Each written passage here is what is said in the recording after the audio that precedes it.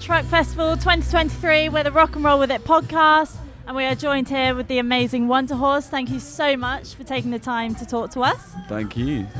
So we saw you guys actually a few weeks ago at the Bullingdon in Oxford. All was right. one of the best gigs I've honestly ever been to. I love the instrumentals, but we heard a few new tunes. Could you tell us a little bit about them?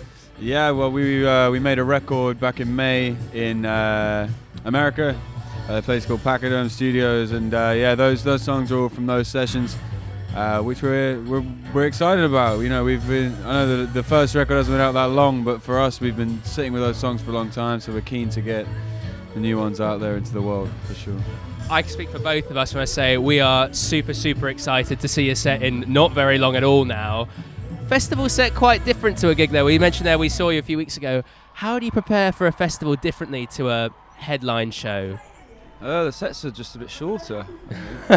So in a way it kind of takes a little bit of pressure off of it, I guess. Like everyone's having a good time already before they've even come, so I guess it kind of feels easier kind of pitch the music to new people, and then some people that know it. It's kind of easier to win people over at festivals maybe. Nice.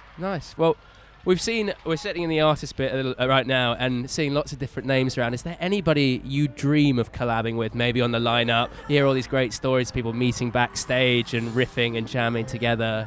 We're always a little bit slow on these things because we got like four festivals in a row. We always sort of end up checking the lineups like almost after we play, which is always a little bit silly. So I don't know many bands that are usually on the lineup.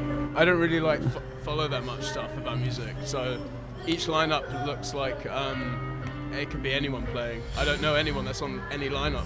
we're proper old fogies, you know. We're not very in the loop. At Thingy, but that was the only band I knew of, and I don't know a single. Yeah. We were reading the lineup. We were like, we don't know any of these. I'm a fan. I shouldn't be doing this. You say that though, but your guitar riffs that you do, is there any sort of inspiration that's come from? Yeah. Old school. Old school, yeah. I mainly play acoustic guitar. I like to use finger picking for the electric as well. So weirdly, like Nick Drake has been more of an inspiration than like most electrical guitar players. But I obviously there's like Hendrix and the obvious ones, Townsend and stuff, like the obvious ones. Yeah. I reckon Neil Young's probably like, in terms of like guitar sound, is like what I definitely, you and me too, like have taken the most from, just like super cranked valve amps, just sounding rumbly as fuck, you know. A lot of serious musical heritage there. We love Neil Young, we do, yeah. Well, a big thing there, talking about like as a band, transitioning from being a solo act to a band, how has that gone?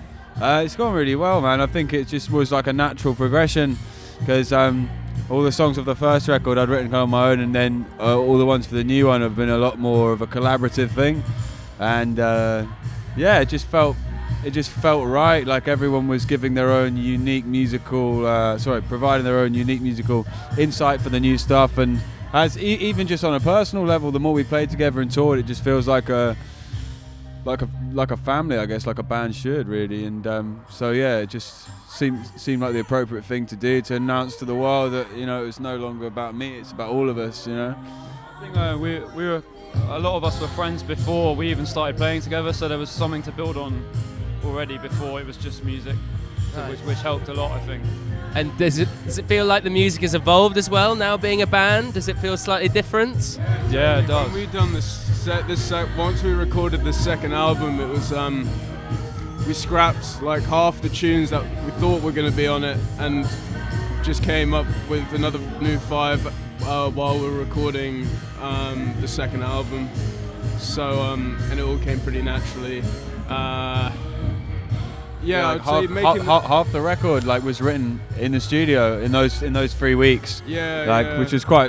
Which we didn't expect, you know. Yeah, totally. I think the second album, the making of the second album, was kind of the birth of what the band is. I think everyone figured out what their place was musically and creatively, and it all fits together really well.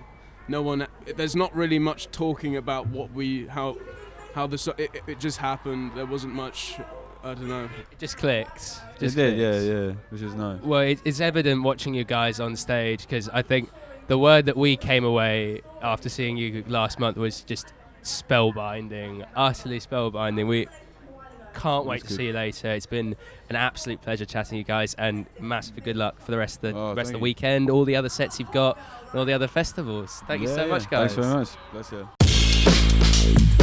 Rock and Roll With It, out now on all your favourite podcast platforms.